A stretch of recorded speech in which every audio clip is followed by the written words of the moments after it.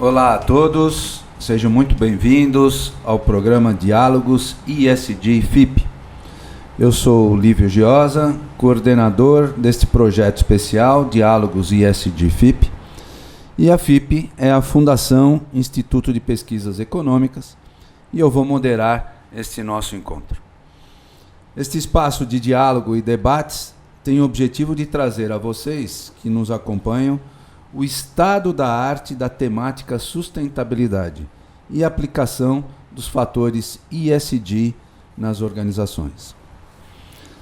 Lembrando a todos que ESG é uma sigla que representa as palavras em inglês. E, o environmental, S, social e G, governança.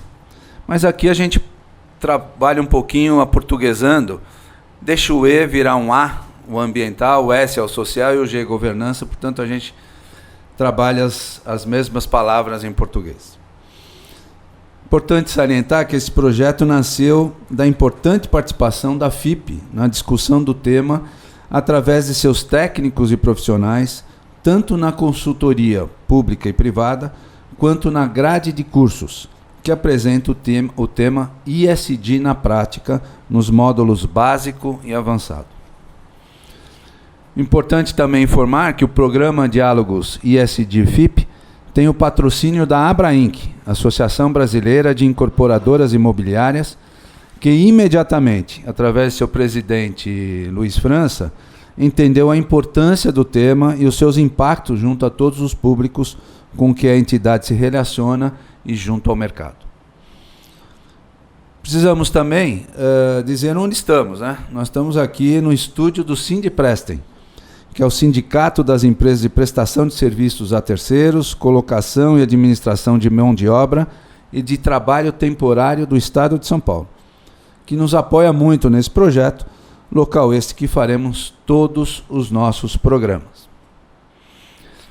Para você acompanhar os episódios dos Diálogos ESG, basta acessar o podcast através do Spotify e canal do YouTube da FIP, e nas demais redes sociais, Instagram, LinkedIn, e também nos canais e plataformas da Abrainc e do Sindiprestem. Também, se você nos acompanha, tiver interesse em participar do curso ESG na prática, nos módulos básico e avançado, é só entrar no site da FIP, www.fip.org.br, e conhecer as condições e conteúdo programático desse curso e de todos os demais cursos disponibilizados pela FIP. Então agora chegou a hora da gente dar início ao nosso programa de hoje e nós temos dois convidados muito especiais. Aqui na minha frente, no meu lado esquerdo, está o Lúcio Vicente, diretor de Assuntos Corporativos e Sustentabilidade do Grupo Carrefour Brasil. Obrigado, Lúcio Vicente, pela sua presença. E o Eduardo Galescas, que é o gerente ESG da Mitre Realty.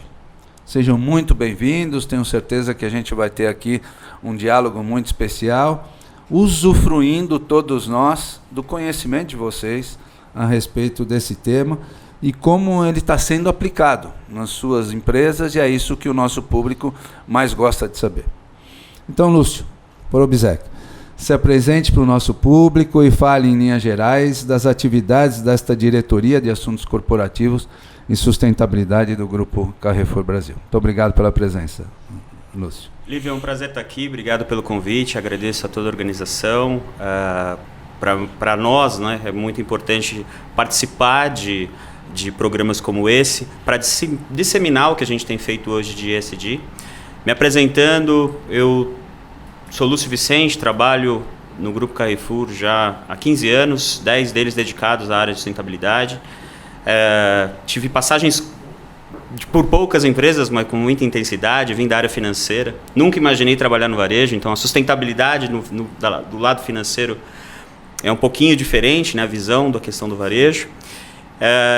E a nossa diretoria ela cuida muito sobre os aspectos ecossistêmicos do que a gente fala hoje na questão ambiental, social e principalmente dos aspectos de governança, né? lidando com todos os stakeholders praticamente, de investidores ao consumidor final, sob a perspectiva de disseminar as boas práticas e, obviamente, remodelar os sistemas tradicionais de controle, que a gente vai falar um pouquinho aqui. Então, toda a conexão com o terceiro setor, poder público, o relacionamento externo está sobre a responsabilidade dessa diretoria. Muito bacana, Lúcio. E eu não tenho dúvidas que a gente hoje vai poder debater alguns pontos muito importantes que você mesmo citou, tendo em vista a importância da marca Carrefour e os impactos que tem na sociedade, né? Eduardo, chegou a sua vez, né? Se apresente também para o nosso público e fale um pouco sobre a gerência ESG da Mitre Realty. Legal. Olá, Lívio. Olá a todos que estão ouvindo e assistindo.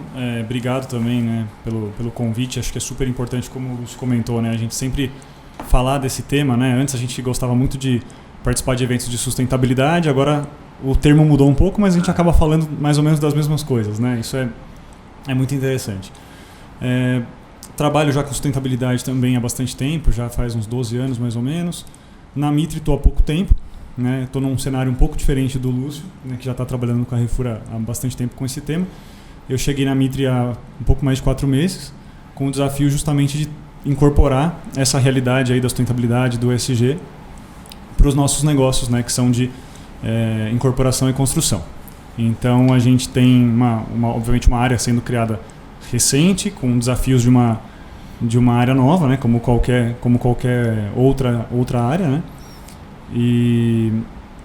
Mas enfim, a gente é uma empresa muito menor também, obviamente, né, do que o Grupo Carrefour, mas com grandes desafios, né? A gente também tem um quadro de funcionários muito menor, então isso nos traz desafios muito grandes para trabalhar a sustentabilidade de uma forma transversal, né? A gente tem equipes menores e isso faz com que a gente tenha grandes desafios, mas até então dá para perceber que a empresa comprou muito essa ideia, né? Desde um tempo antes de eu chegar, eles já tinham, né, o pessoal lá já estava muito engajado com esses temas do ESG e está sendo mais fácil por conta disso, né? Os desafios são grandes, mas acho que se todo mundo estiver engajado, a gente consegue ir em frente.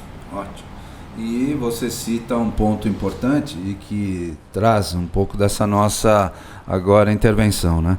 Quando você tem a estrutura maior da empresa, né, comprometida, os principais níveis hierárquicos comprometidos com o tema, isso começa a facilitar muito a ação vertical e transversal, né?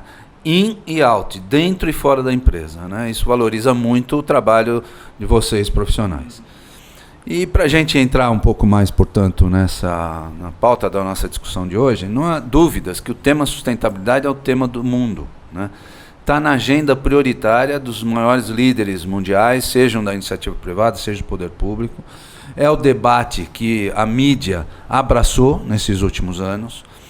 Isso eu vou falar um pouquinho do meu tempo de discussão desse tema, que vai lá do início da década de 2000, do novo século.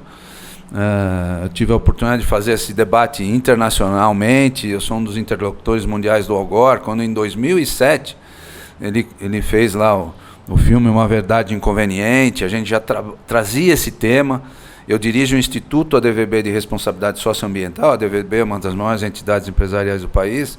E lá de trás, em 92, tive a oportunidade de participar da ECO 92, depois em 96 criar o Instituto, depois em 2012 participar da Rio Mais 20.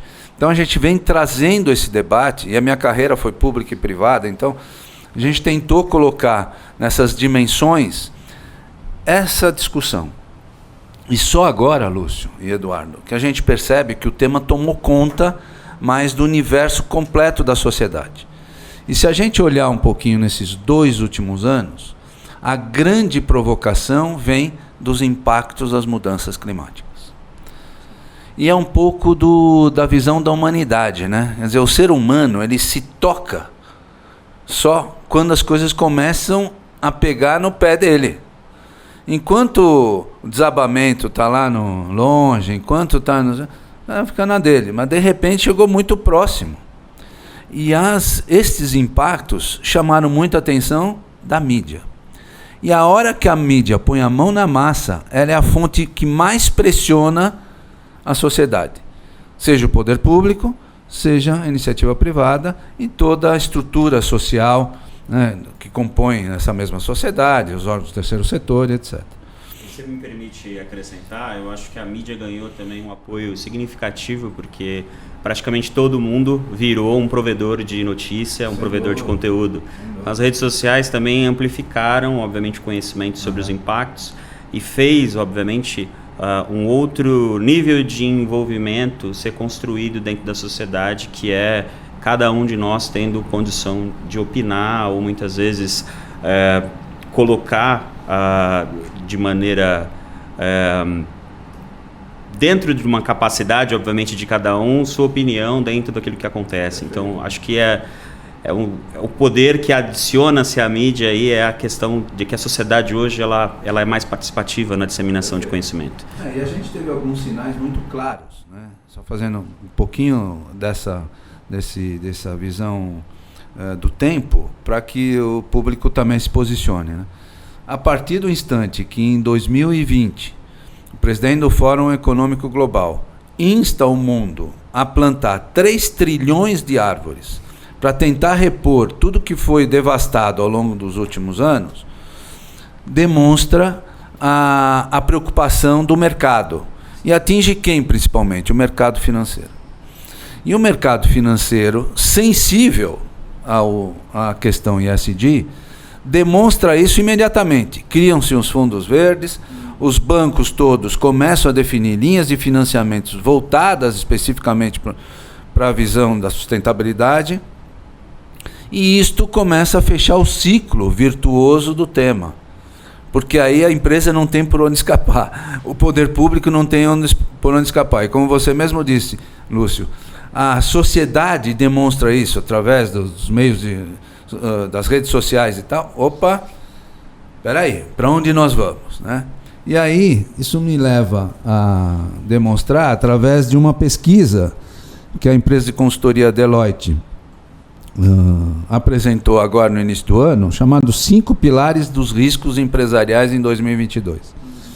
E essa pesquisa mostra que mais da metade das 130 empresas brasileiras ouvidas aponta como principais desafios no médio e longo prazo para os seus negócios as mudanças climáticas, 80% das respostas, e temas ESG, 67% das respostas.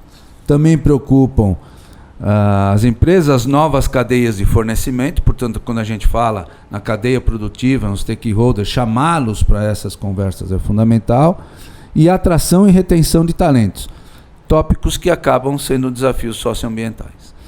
Então, a gente está diante de um cenário propício para esse debate. Mesmo porque nós temos que pôr a mão na massa, as empresas têm que entrar numa outra situação, uma outra condição, e mais do que nunca, olhar aquele que a faz sobreviver, que é o consumidor. Então, Lúcio, eu já entro na nossa primeira questão. Qual é o principal posicionamento do Grupo Carrefour em relação à aplicação dos fatores ESG como um todo? Porque aí você pode fazer uma interlocução um pouquinho mais genérica. Legal. Bom, eu vou pegar um pouco da sua fala, pelo histórico de experiência que você teve. Eu acho que é sempre bom a gente trazer o contexto histórico dentro daquilo que a gente está falando hoje, né? Tudo que a gente está fazendo hoje em relação ao ESG foi construído há muito tempo atrás, dentro da capacidade, obviamente, do mercado, da maturidade dos mercados em que a gente tem atuado.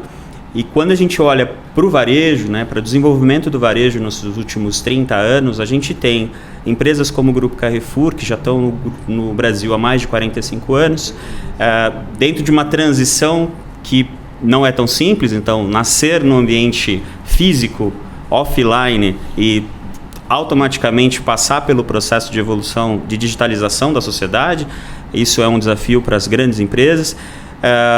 E quando a gente fala de ESG, a gente está falando de uma maturidade do processo de construção social, da responsabilização, da coparticipação da sociedade em relação a esses temas, e uma transversalidade do tema em relação não só às companhias, mas também a todos os stakeholders, né? Todas as pessoas que se relacionam com o seu negócio ou com as suas atividades. O Grupo Carrefour, desde a década de 90, ele tem construído já, com base em projetos que vieram da própria França. Para quem não sabe, nós somos uma empresa matriciada na França e esses controles ligados às cadeias produtivas são, para o varejista, talvez o principal objetivo de garantir a segurança alimentar para o consumidor, a segurança de que esses produtos que todas as pessoas compram dentro do nosso ecossistema estejam alinhados com princípios éticos, estejam alinhados com princípios ambientais e sociais. Dentro desse contexto, desde a década de 90, o grupo cria o selo Garantia de Origem, que tinha como objetivo certificar os fornecedores que tinham maior aderência com esses aspectos. Então, de lá para cá, muita coisa aconteceu, a sociedade foi se modificando, o grupo foi encabeçando e liderando muitas frentes e participando ativamente de grupos de trabalho intersetoriais, grupos de trabalho de pecuária, grupos de trabalho da soja, grupos de trabalho ligado à questão de direitos humanos, entre outros, até mesmo para se reabastecer de conteúdos que pudessem apoiá-lo dentro da transformação necessária e dessa atualização da sociedade. Quando a gente ultrapassa, né, o começo do novo século e os anos 2000 chegam, a gente vê uma sociedade já com gerações digitalizadas embarcando em todo esse contexto.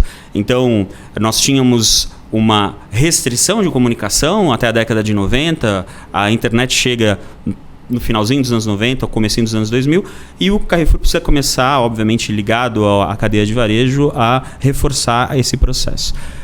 As nossas estratégias de ESG ganham um potencial reforço e principalmente alinhamento estratégico quando a gente, em 2018, a gente lança globalmente o movimento Act for Food, que é um movimento em que o grupo se coloca em linha com as necessidades de mudança climática à frente dentro do seu setor para liderar questões de transição alimentar. Como que nós vamos alimentar mais de 10 bilhões de pessoas, que são as estimativas que nós vamos ter até 2050, com a mesma área agricultável, com o mesmo processo de produção, mas modificando o sistema com um nível de produtividade.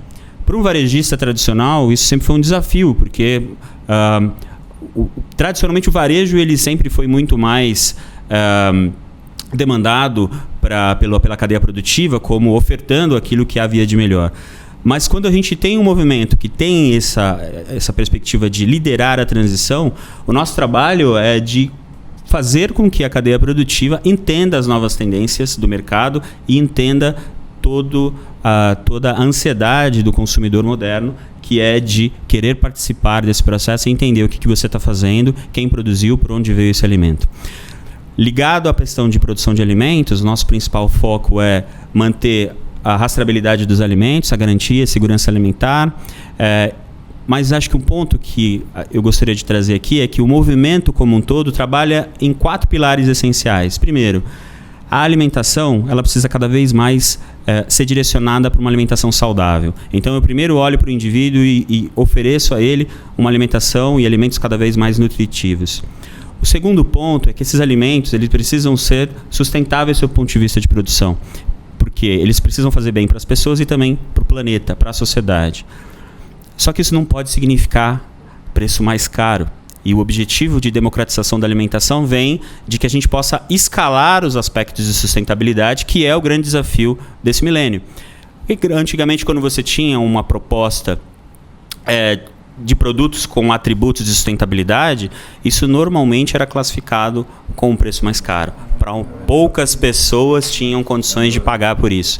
E o grupo se coloca nesse desafio de buscar essa alimentação saudável, sustentável, mais acessível, porque nós não somos um varejista de nicho, nós temos um ecossistema que atende todo mundo a todo momento, seja no digital ou no ambiente físico. O processo de digitalização, agilização, toda a parte de eficiência administrativa também é um processo ligado ao terceiro pilar que nós temos. E o quarto pilar no Brasil é a educação e confiança, que aí entra o nosso trabalho de engajamento do consumidor. Criar no consumidor o hábito de também participar dessa vigilância, fazer os questionamentos de onde vem o produto que ele está comprando, quem produziu e como você faz. Em resumo, nosso trabalho de ESG está focado muito na questão de transição alimentar, promover o engajamento da cadeia produtiva e fazer com que todo o nosso ecossistema esteja alinhado com o propósito. Eu vou fazer só para concluir uma coisa que vocês falaram aqui. Eu acho que grandeza hoje se define com propósito. Independente do tamanho da empresa, o seu propósito é o que te dá a grandiosidade e a entrega de valor para a sociedade, né? E esse propósito precisa ser reconhecido pelo corpo funcional também, né? Porque ele é o agente grande das entregas que vai para o mercado e para a sociedade em geral. Muito bom. Bacana, Lúcio. E aí, Eduardo, fala um pouquinho também como é que a Mitre encara esse posicionamento em relação à aplicação dos fatores ESG. Vamos lá, eu acho que é importante contextualizar um pouquinho, né, sobre a Mitre, que obviamente são cenários muito diferentes, e acho que é até legal nós dois termos sido convidados, porque são cenários realmente muito diferentes. A Mitre é uma empresa que tem seus 60 anos, né, de idade, só que recentemente, né, depois dos anos 2000, ela começou um movimento mais forte de profissionalização. Uma empresa de origem familiar, como acho que 99% das construtoras no país, e aí começou esse movimento de profissionalização da gestão, né, sair um pouco dos primos cuidarem das coisas e tudo mais.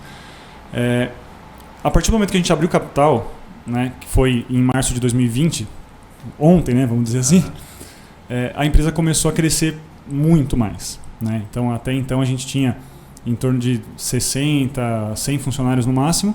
Hoje nós estamos nos 500, né? Então, em um intervalo curto de tempo, a gente teve um crescimento muito grande.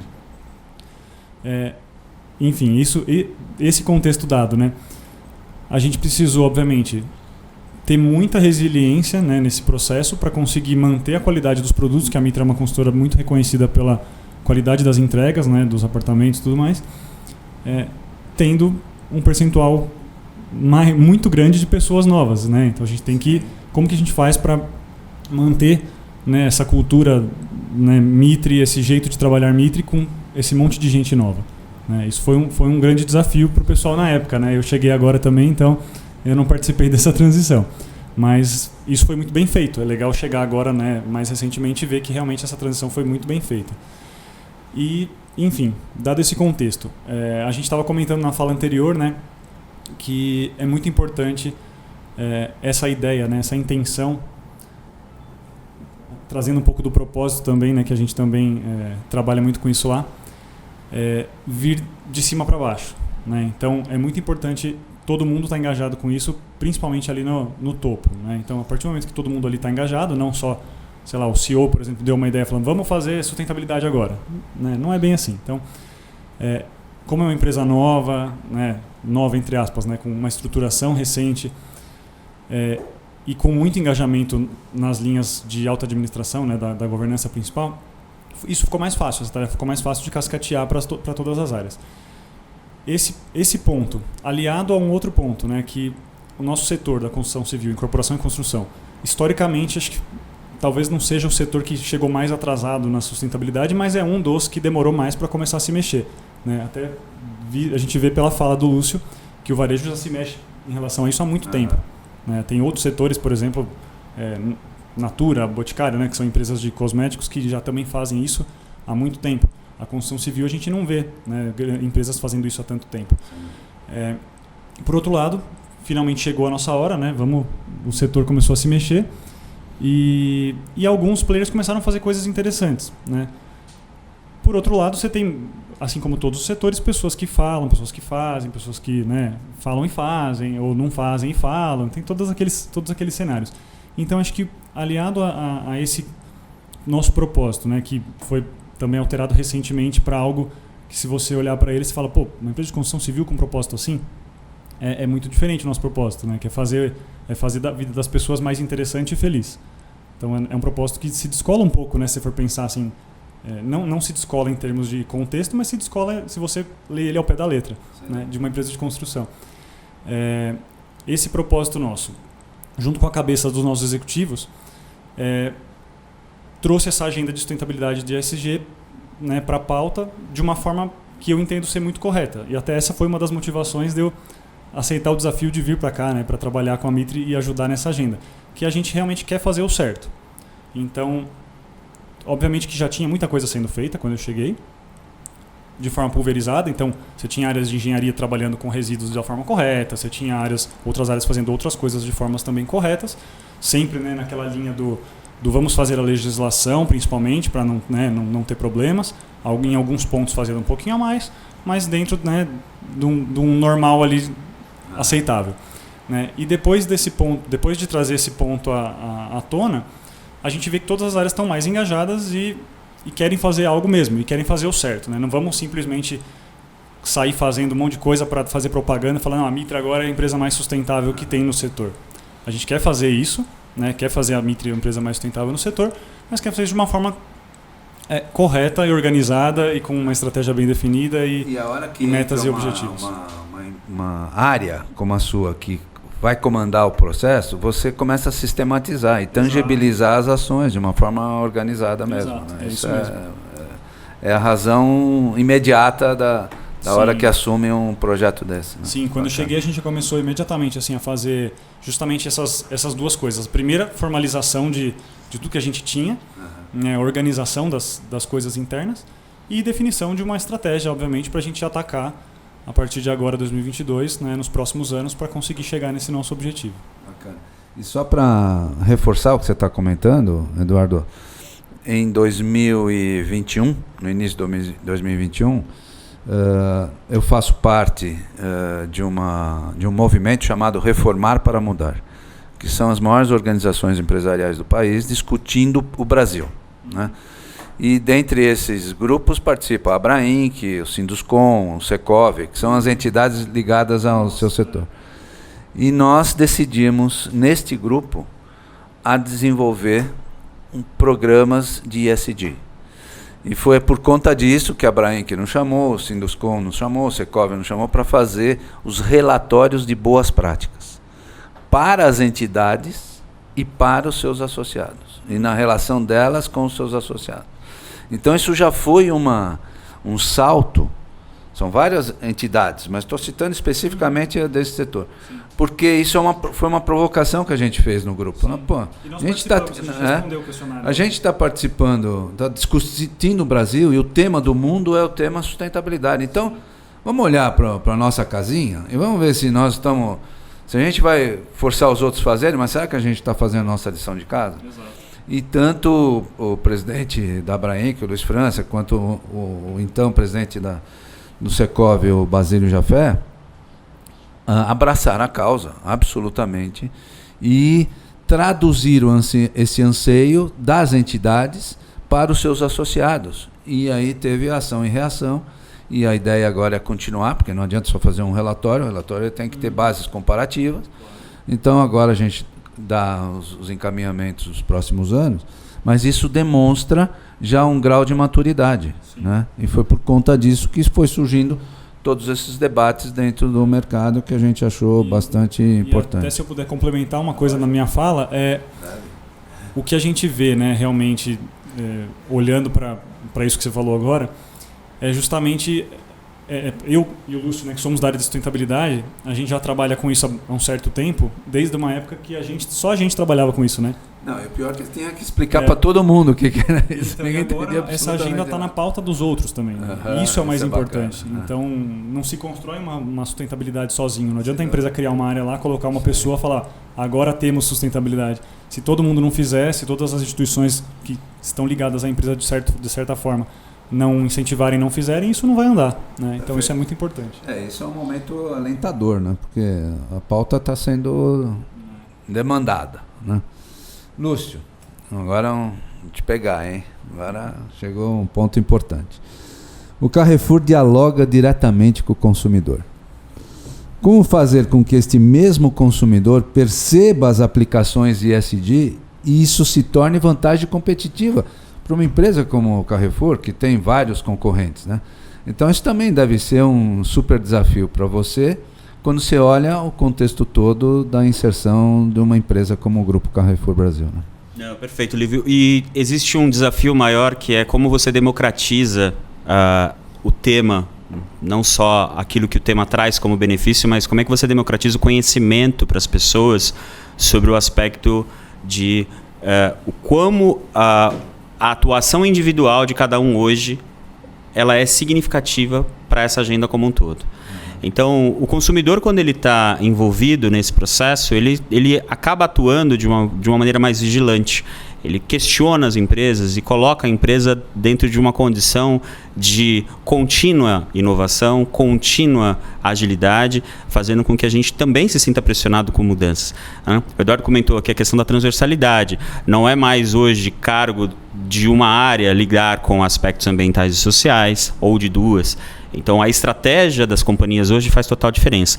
E olhar para o consumidor é a chave para a mudança.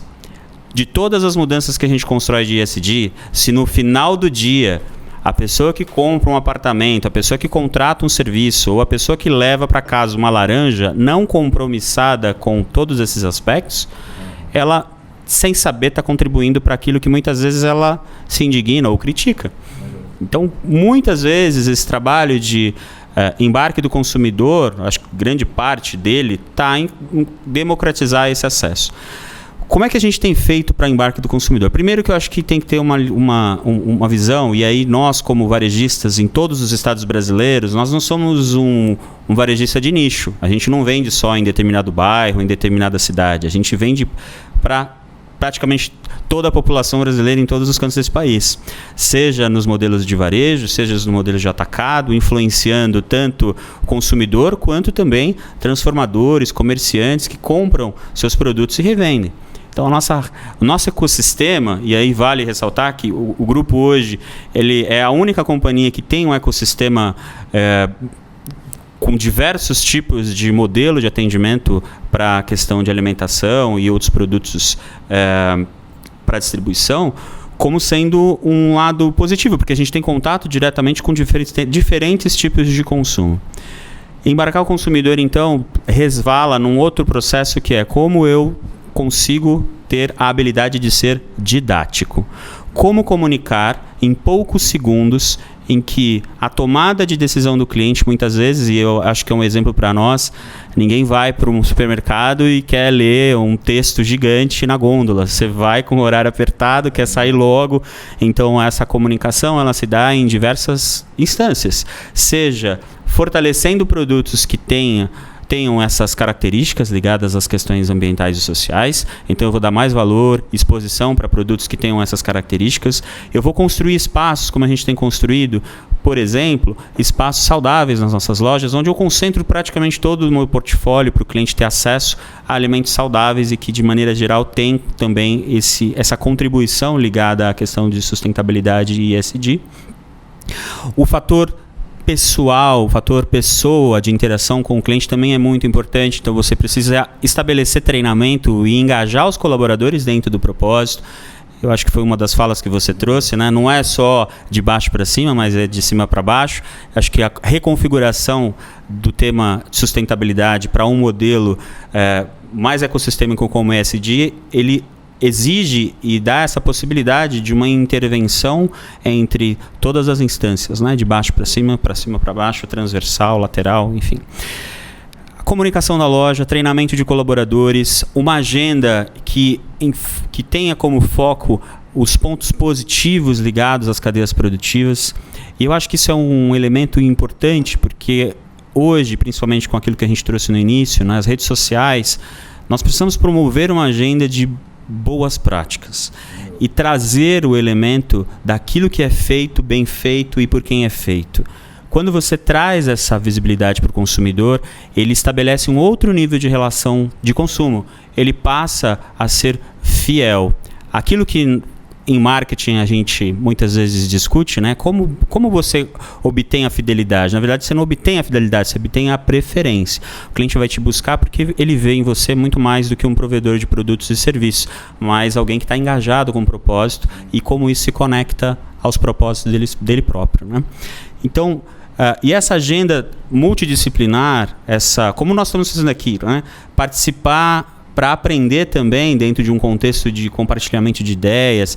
Isso aqui tem sido talvez a nossa maior jornada de aprendizado na última década, assim, de ter uma escutativa, ouvir o consumidor, olhar os dados dentro de um processo humanizado. O que quer dizer isso? Quais são as tendências ligadas a comportamentos que o consumidor está demonstrando?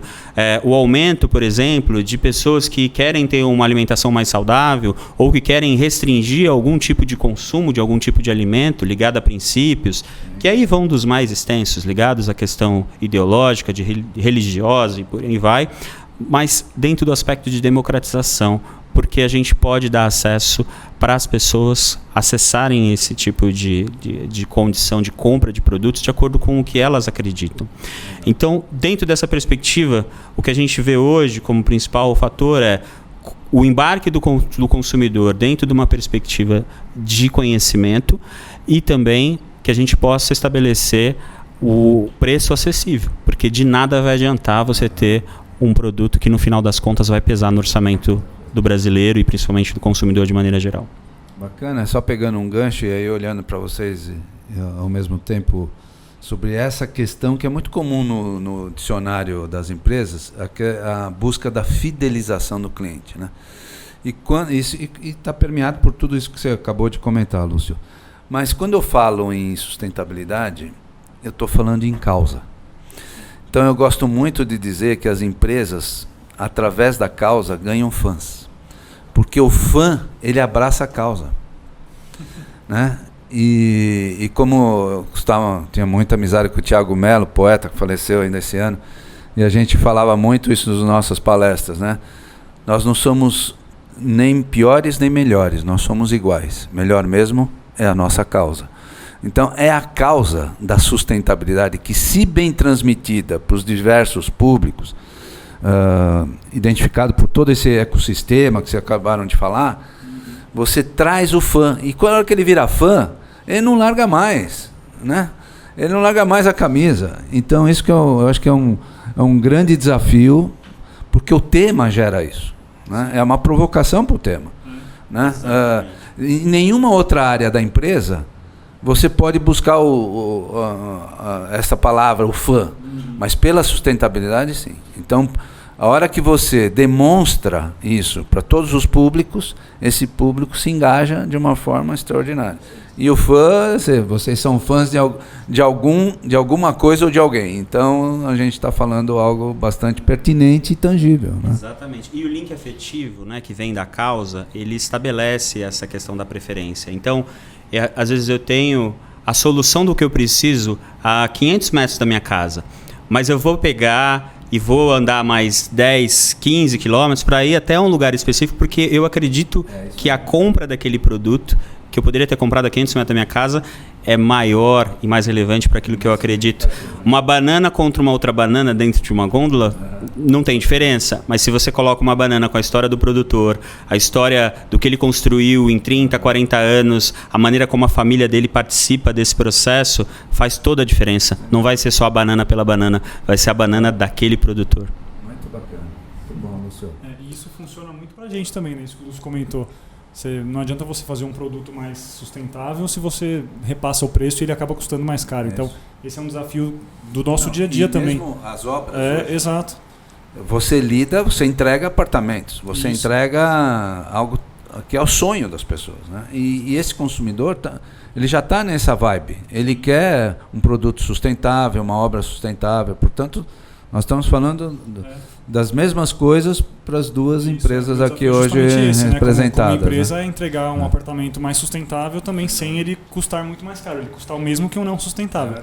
Porque aí a pessoa vai olhar para os dois e falar, pô, eu tenho um aqui que não é sustentável, um que é sustentável, eles custam o mesmo preço? Opa. Que dúvida eu tenho em qual apartamento eu vou comprar? Né? Porque uma coisa que você, assim, culturalmente, né, você acompanha também na questão da construção civil um pouco daquilo que cada sociedade prioriza. O brasileiro é muito sociável, então é comum hoje você ver as pessoas procurando áreas de convivência, mais do que, por exemplo, um dormitório. Então é natural isso, porque existe uma questão cultural. Eu acho que a análise daquilo que o consumidor e daquilo que a questão cultural também prega como atenção do que você tem que ter para aquilo que você está entregando. É verdade. E depende do negócio, que agora que eu quero comentar com você, Eduardo. Toda obra impacta a comunidade, né? Não tem jeito. Você vai construir não tinha nada, de repente está construindo alguma coisa, está todo mundo ali enxergando. Então eu te pergunto, como é que a Mitre se preparou para mitigar estes impactos à luz da aplicação dos conceitos de ESG? Vamos lá. A gente tem, obviamente, todo mundo já deve ter passado por alguma obra, já deve ter, de qualquer construtora que seja, deve ter visto, né? Então você tem barulho, você tem dano às vias públicas, você tem algumas coisas ali que são inerentes de uma obra, né? Porém, é importante falar que todos eles são impactos reversíveis e que vão variar ali de acordo com a fase da obra. Então, você vai ter uma fase da obra que você vai ter mais poeira? Vai. Em algum momento ela vai parar, vai começar a ter mais barulho de caminhão, por exemplo, de entregar material, de retirar alguma coisa. Porém, isso passa. A hora que o empreendimento for entregue... Se chover, todo mundo fica bravo, né? É lama, é terra. Isso depende muito dos terrenos, né? Mas, no geral, sim. Mas é importante reforçar isso, que os impactos eles são reversíveis e por um tempo determinado. Né? A gente, obviamente, que toma as ações cabíveis ali para minimizar todos os nossos impactos. Tem alguns que a gente não tem muito o que fazer, que é, por exemplo, tem que chegar material. Não tem como chegar o material de outra forma que não seja por caminhão. Né? Então, o que a gente faz vamos marcar os horários das entregas dentro de um horário que o barulho seja aceitável, que as pessoas ainda não estão descansando, dormindo ou qualquer outra coisa. Então a gente trabalha nesse sentido. Poeira nas vias, a gente também faz uma equitação, faz algumas coisas ali para realmente minimizar. Tem algumas outras coisas que a gente vai fazer, que estão no planejamento para esse ano, que é justamente nos aproximar um pouco mais dessas comunidades de vizinhança dos nossos empreendimentos para entender melhor com eles até o que a gente poderia fazer que nós não estamos enxergando. A gente enxerga muita coisa, obviamente, a gente já tem experiência para caramba nisso, mas pode ser que a gente tenha deixado algo passar. Então, nada mais importante que ouvir esse público para falar o que vocês estão precisando, o que vocês acham que a gente precisa melhorar. Então, nós vamos fazer isso também para conseguir melhorar ainda mais essa nossa mitigação dos impactos. Importante também falar que a gente tem impactos positivos. Obviamente que não é não na fase de obra. Na fase de obra as pessoas acabam enxergando muito mais os negativos, infelizmente. Mas depois do empreendimento entregue, a gente refaz a via, a gente refaz as calçadas, a gente melhora a iluminação ali do entorno do empreendimento, vai melhorar a sensação de segurança para as pessoas que moram tanto no empreendimento quanto em volta. Então a gente tem uma geração de empregos grande durante o processo de construção, movimenta uma cadeia de fornecimento também muito grande. Então a gente tem vários impactos positivos também na fase de obra que não são enxergados, que são importantes de serem ditos. É isso, acho. De uma maneira bem geral, acho que é isso. É o contexto todo. Muito bom. Lúcio, vamos lá. Agora uma pergunta também bacana, eu queria que você ficasse atento. No contexto dos fatores ESG, e se pudesse escolher um exemplo importante de aplicação do Carrefour Brasil, nos apresente o que mais chama a atenção quanto à questão ambiental, social e governança. O que eu quero dizer com isso? Na aplicação dessas ações, você tem instrumentos, ferramentas que vão dar condições para você mobilizar todas as ações internas ou externas, de modo que aquilo que foi planejado está sendo executado e percebido. Então pensa do aspecto ambiental, algo que impacta no Carrefour, no aspecto social e no aspecto da governança. O que você poderia salientar de importante, até para quem está nos acompanhando, possa entender isso na prática, qual é o instrumento efetivo. Perfeito. Eu vou citar aqui um exemplo também sistêmico de um projeto que nasce com o objetivo de manutenção e de preservação ambiental, mas ligando isso ao aspecto social, desenvolvimento econômico e de inclusão nas cadeias produtivas. A gente, como eu comentei, tem atuado há muitos anos ligado ao processo de responsabilização da nossa cadeia produtiva frente ao produto final que a gente entrega para o consumidor. Mas eu queria destacar um projeto que nós iniciamos há 3 anos atrás, quando a gente investiu na cadeia da pecuária. Como vocês sabem, e quem está assistindo a gente, a produção de carne, não só no Brasil, mas no mundo, ela pode ser um vetor de desmatamento quando ela não é controlada. Quando ela não tem, obviamente, um compromisso das empresas ligadas a essa cadeia, ligada ao aspecto de governança, de controle, rastreabilidade, de um comprometimento da sua cadeia de fornecimento frente à entrega do produto final.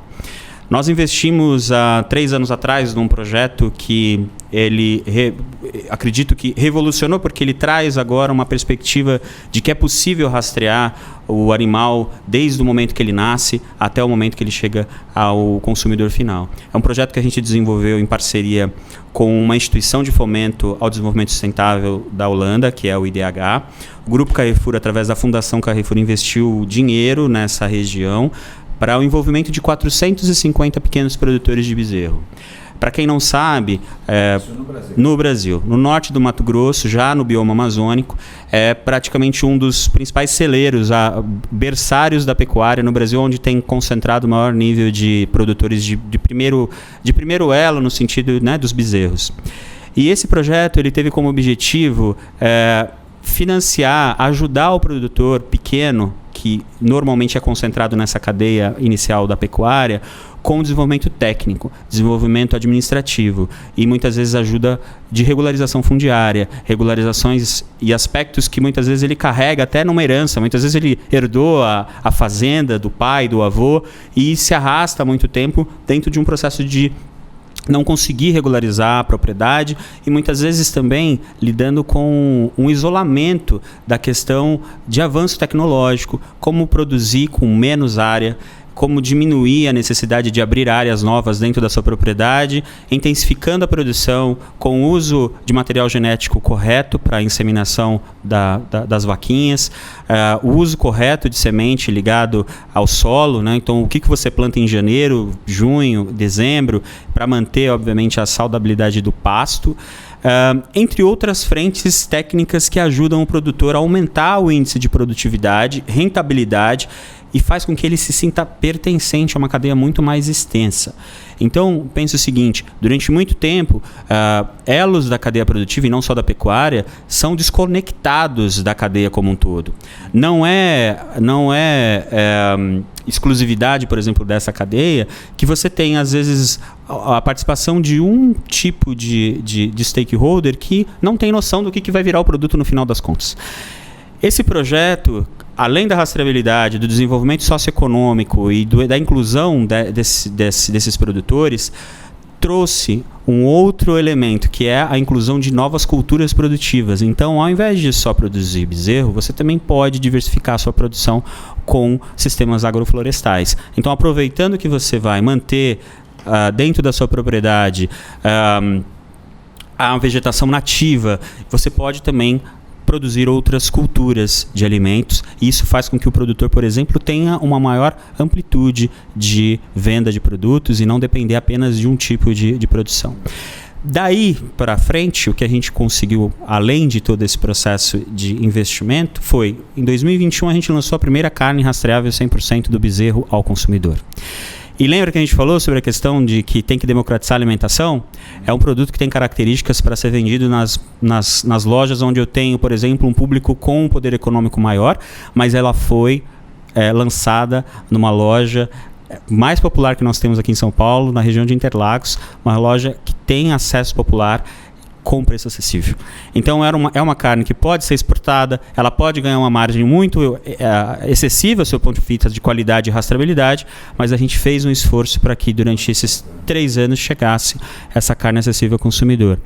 E adicional a isso, essas culturas que eu comentei de outros tipos de produto, a gente avançou também para dar oportunidade para o pequeno produtor de agricultura. A gente tem feito hoje, por exemplo, a adesão de pequenos produtores, agricultura familiar, comunidades tradicionais, comunidades ribeirinhas, indígenas, quilombolas. Projeto de inclusão social. Exatamente. E você começa a manter as pessoas dentro do ambiente, trabalhando a parte geracional, né? A gente precisa pensar muito isso, né? De não existir o êxodo rural para nós. O jovem ser atraído para isso, para dar continuidade. Dar oportunidade de crescimento para o produtor, para toda a sua árvore genealógica, obviamente, de filhos, netos, com a perspectiva de também inclusão dentro do processo de conhecimento, de valorização daquilo que ele tem como patrimônio histórico, não só a propriedade, mas toda a história construída pela família.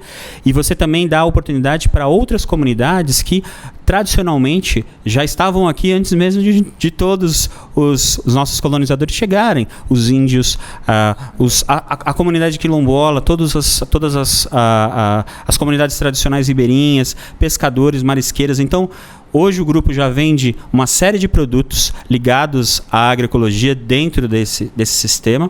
E a gente tem avançado em cada local do país, não só na Amazônia, mas no Cerrado, no Pantanal, na Caatinga, na Mata Atlântica, buscando promover a alimentação nativa. E eu acho que é importante falar disso, porque o alimento é o primeiro remédio, é o primeiro impacto que a gente causa no meio ambiente, porque você precisa comer todo dia e a produção de alimentos para a humanidade ela é vital.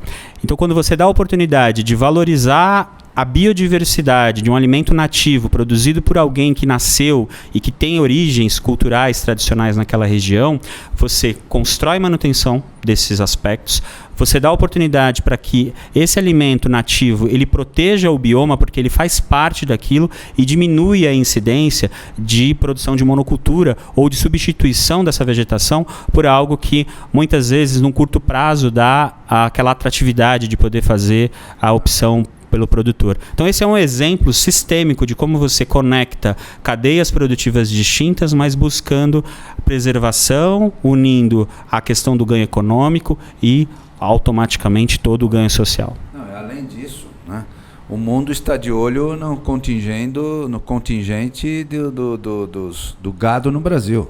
Sim. Por conta das emissões de gases de efeito estufa. Então, a hora que você tem uma produtividade modificada dentro desses critérios de sustentabilidade, você está atendendo a uma outra demanda, que é a redução das emissões, né? Então isso é bem bacana. Fazendo um gancho com o que o Lúcio falou do senso de pertencimento, né? Você falou do fã, há um tempo atrás, que a gente conquista os clientes, né? E torna eles fãs. Na cadeia a gente não faz os fãs, a gente faz justamente, cria esse senso de pertencimento para que eles acreditem nas empresas maiores, né? Que são as que direcionam normalmente as cadeias, e é o papel das empresas grandes, né? Todas as empresas grandes precisam realmente criar esse senso de pertencimento nas cadeias para subir essa régua, né? Só assim a gente vai conseguir subir essa régua. Perfeito. E aí, Lúcio, abrindo um pouquinho essa tua exemplificação, quando você estabelece esse contexto que você acabou de comentar, a gente vê a interface clara entre governança ambiental e social, né? E do ponto de vista instrumental, ferramental, esse tipo de projeto, vamos dizer assim, que é um projeto, ele acaba tendo formalização, está relatado, tem indicadores, você acaba construindo uma agenda de controle, né, para dar a visão da governança clara, para ter sequências. Sim, e o ponto importante é que hoje você mensura tudo para poder justificar aquilo que você está investindo. Toda a parte de rastreabilidade, né, origem do alimento, para verificar se a fazenda produtora está muito próxima de áreas de desmatamento, todo o trabalho de acompanhamento ligado à parte de rastreabilidade, o grupo tem investido muito forte, né, nos últimos anos. O aspecto também de volume, escalabilidade, descentralização logística. Então, cada loja, cada ponto comercial pode ser um hub de conexão social e ambiental. Você muda aquilo que tradicionalmente o varejo sempre acreditou. Eu centralizo toda uma compra para depois fazer uma redistribuição. Isso não é inteligente. A inteligência está em você conectar a produção mais próxima do ponto de venda para o consumidor. E a mensuração vem desses indicadores. Então, qual é o volume total que eu tenho hoje de capacidade de fornecimento para pequenos, médios fornecedores locais? Como você influencia a sua cadeia para também aderir a demandas que o consumidor exige. Então não é só o produtor. Eu quero saber quantas mulheres estão à frente dessas fazendas. Quero saber quantas pessoas negras estão empreendendo dentro dessa sua cadeia produtiva. Então você cria elementos de governança ligado a uma questão de colocar uma agenda cada vez mais qualitativa para a cadeia produtiva, mensura, obviamente, origem de produto e estipula, talvez aí é que esteja o pulo do gato do ESG, estipula metas que alterem também a questão de remuneração variável dos líderes das companhias, estipula isso como metas anuais, começa a estruturar toda a sua jornada com desempenhos e KPIs, né? Indicadores importantes de curto, médio e longo prazo. Então, se você não constrói essa estratégia faseada, muitas vezes você se perde no processo. Então, o que eu entrego agora, o que eu entrego no médio prazo e qual é o meu objetivo no longo prazo. E você só consegue fazer isso mensurando. Então, resumindo, todos os dados hoje conectados dentro do processo de rastreabilidade nos ajudam a entender quais são as áreas em que a gente pode investir ou muitas vezes não consumir ou não comprar por um nível de risco, e você passa também a ter análise de impacto social. O quanto que essas produções estão impactando na vida das pessoas, quem são essas pessoas, a qual grupo elas participam, e, obviamente, isso mensura também decisões que a companhia passa a tomar. É um grande case esse, um case muito bacana. Eduardo, voltando aí à questão das emissões de carbono na obra, isso é normal, né? A obra emite carbono e isso deve estar presente em qualquer uma das situações. Você tem lá na Mitre alguma ação de redução, né? de práticas de redução dessas emissões? E, ao mesmo tempo, é feito algum inventário dessas emissões, incluindo todos aqueles que participam da cadeia produtiva? Temos. Vou começar pela segunda pergunta. Temos sim inventários. A gente já finalizou o inventário de 2021, né, que foi o ano que passou agora, e a gente fez retroativo de 2020 também, para a gente poder analisar mesmo, ter uma ideia uma ideia comparativa ali para conseguir entender nosso perfil e ver onde podíamos atacar, né? Então, a gente tem sim, né, o inventário.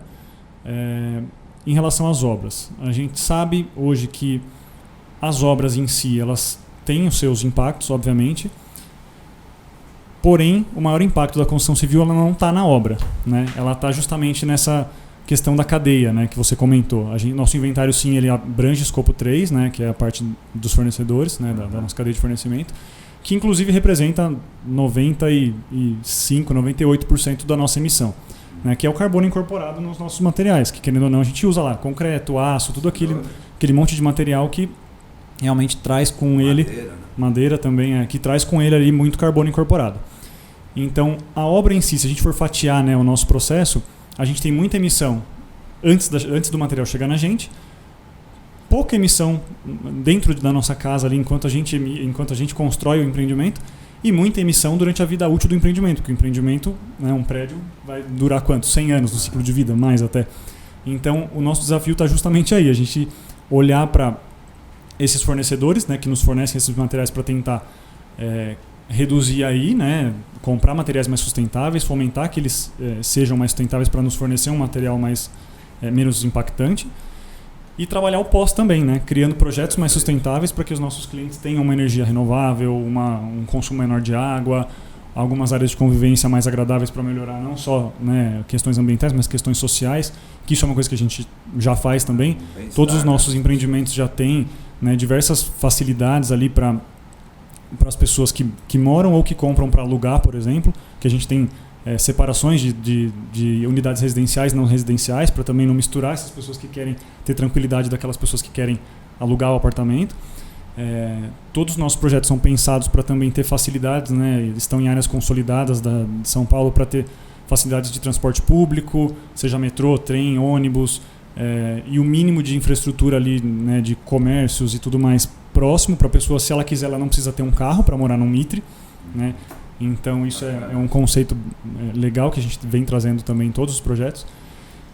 E isso que o Lúcio comentou, né? A mensuração é muito importante. Então a primeira coisa que a gente fez quando nós começamos a pensar nisso, não só, fugindo até um pouco da pergunta do inventário, né? Que o inventário é uma forma de medição muito importante, mas a gente implementou uma ferramenta, né? Fizemos alguns trabalhos de base, obviamente, um diagnóstico, uma materialidade, que são trabalhos muito importantes, mas implementamos uma ferramenta para conseguir medir outras coisas que não são só questões de emissão. Então a gente vai medir resíduo, que é um calcanhar de Aquiles muito grande da construção civil, né? E outros fatores, né? Diversos outros, não só ambientais, mas também sociais, voltados aos nossos funcionários, ao pessoal das obras e tudo mais, para conseguir justamente tomar melhores decisões, né?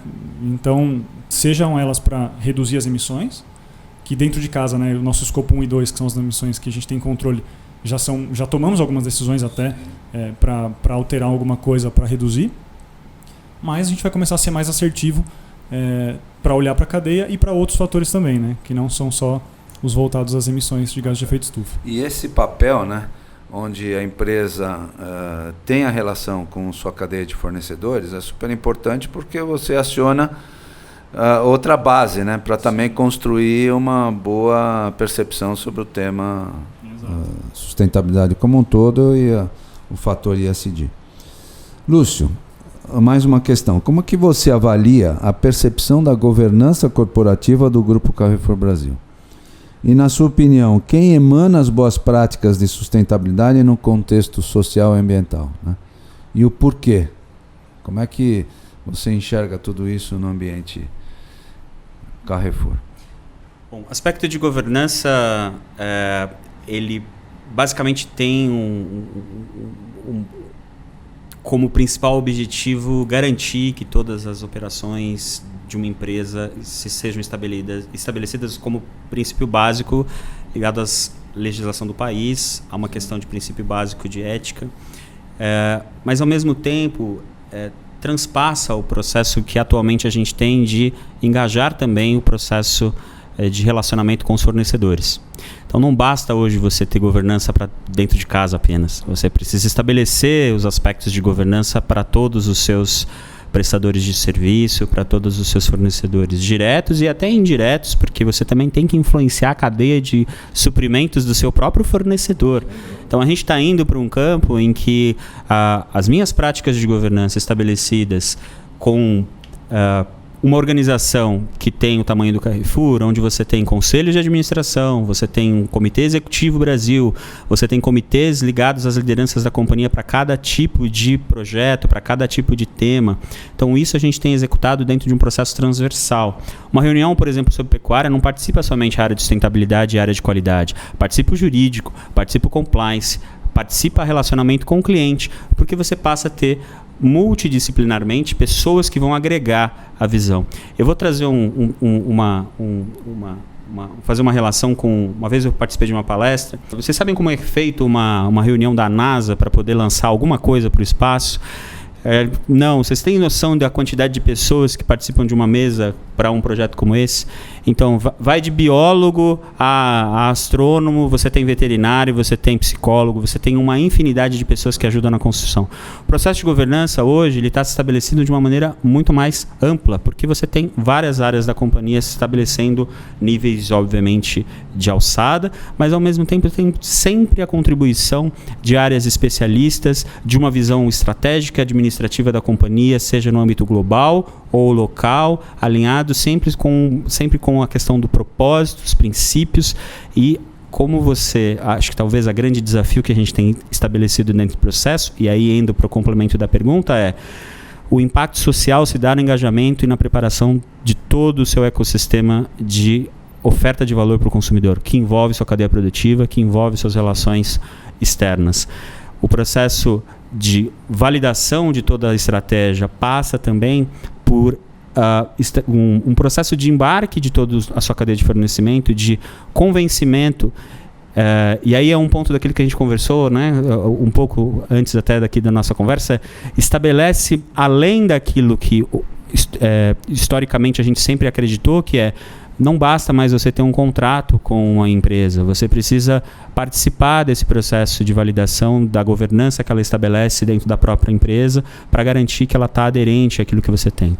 Então, princípios básicos, e principalmente uma empresa do tamanho do Carrefour, estabelece uma estrutura de tomada de decisão com níveis hierárquicos bastante significativos, conselhos de administração onde você tem participação externa de pessoas que também contribuem com a companhia dentro da participação, da decisão de todas as escolhas que a companhia faz dentro daquela perspectiva de curto, médio e longo prazo e principalmente uma mensuração do impacto que você está gerando com todas essas decisões para todos os stakeholders envolvidos, desde o consumidor até o investidor. Então, bate pronto. Relatório de sustentabilidade modelo GRI. Exatamente. E esse trabalho de mensuração, ou todo o processo de materialidade da construção do nosso relatório, por exemplo, faz parte de uma escutativa. A definição da materialidade hoje do nosso sistema, nossa área que cuida, exatamente. Então, isso é muito importante, porque o que a sua empresa precisa falar? Não é você que define, é a sociedade. São todos os stakeholders. Não adianta você colocar, por exemplo, que o tema mais importante para a sua companhia é a parte de evolução financeira da companhia. Porque até o acionista às vezes quer ver primeiro outro tema, que é a questão, por exemplo, da diversidade, a questão, por exemplo, da inclusão da cadeia produtiva. Então, todo o processo de formatação de documentos, de comprovação, e como somos uma empresa de capital aberto, além do relatório de sustentabilidade, inventário de emissões e a atualização trimestral para investidores é algo que a gente tem estabelecido como rotina. E isso dá não só transparência para os processos, mas visibilidade para os principais KPIs que a gente persegue e, obviamente, alinhados com a estratégia da companhia. E lá na Mitre, relatório de sustentabilidade, está rolando? Vamos publicar agora, né, em 31 de março. Espero que não tenha nenhum atraso, mas modelo GRI já? Modelo GRI, vamos publicar nosso primeiro relatório. Que bacana. Então, parabéns, já bem parametrizado, com uma materialidade bem feita, escutando as pessoas e tudo mais. Está nascendo o filhote. Está nascendo o primeiro. Que bacana. E tem que ficar atrás, todo ano. Sim. Agora, lançou o primeiro, tem que botar isso na pauta. Muito bom, muito bom. Eduardo, como você avalia o conjunto das ações ESG da Mitre, né? Também qual das letras, né? O ambiental, o social e a governança está mais avançado em termos de aplicação na empresa? O que você pensa? Bom, como eu comentei, né, a gente está, em alguma fala anterior, eu comentei que a gente está, né, em estruturação de muita coisa. Né? Apesar disso, já tinha algumas coisas sendo feitas e tem até algumas coisas que foram ótimas surpresas, né? Como, por exemplo, a gente coletando as informações para o relatório de sustentabilidade, a gente percebeu que a Mitre tem 49% de mulheres. E depois, a gente olhando só para a liderança, a gente percebeu que 47% dos nossos gestores, né, diretores, gerentes e coordenadores, também são mulheres. Então, a gente é uma construtora, arrisco dizer que a gente é a única construtora que tem esse percentual de mulheres dentro do quadro de funcionários. Né? São ótimos indicadores e que aconteceu naturalmente. As mulheres conquistaram esses lugares por mérito próprio, não teve nenhum programa de diversidade para isso. Né? Então, isso é um ponto super legal para a gente ver que a meritocracia realmente funcionou ali e que as mulheres tiveram protagonismo por si só. Né? E a gente teve outras coisas também que deu para ver, então, em relação a resíduos e a outros fatores também importantes. Mas, de uma forma geral, a governança, sem dúvida, era o ponto mais forte, né, da companhia no momento que eu cheguei e o grande percebi. Guarda-chuva, né? E é o grande guarda-chuva. Eu costumo exato. dizer que, em vez da sigla ser ISG, devia ser GES. Exato, né? até porque o G tinha que estar na frente, porque ele até porque o ambiental e o social precisam de uma governança para serem feitos. Né? Dúvida, então você não consegue fazer os dois sem ter uma governança. Mas a gente, como abriu capital também recente, então a gente segue as regras do novo mercado, então a gente tem toda aquela estrutura, né, que é exigida para isso, como conselho de administração, comitê de auditoria formalizado, as áreas de compliance, canal de ética, então toda essa parte, né, de governança muito bem estruturada. Isso é muito importante porque nos dá segurança para fazer as outras coisas, né? Então é mais na linha do G mesmo, o ponto mais estruturado. Os demais a gente tinha coisas pulverizadas e agora nós estamos estruturando a governança para esses outros temas. Muito bom, gente, muito legal. Bem, nós estamos chegando no final, né, do nosso encontro, neste episódio tão bacana, com experiências diversas aqui apresentadas. E agora, Lúcio e Eduardo, vocês têm 1 minuto para fazer suas considerações finais. Por favor, Lúcio. Bom, primeiro agradecer novamente pela oportunidade. Para nós é muito importante trazer um pouco da nossa experiência, mas também aprender com as falas e com os exemplos que a gente tem a oportunidade. Eu acho que talvez o recado principal por lidar com o consumidor é de que a gente tenha a ideia de que todos nós, desde que nascemos, nós patrocinamos o mundo em que a gente vive. Todas as vezes que eu tomo a decisão de comprar um produto, eu estou patrocinando aquilo que aquele produto significa.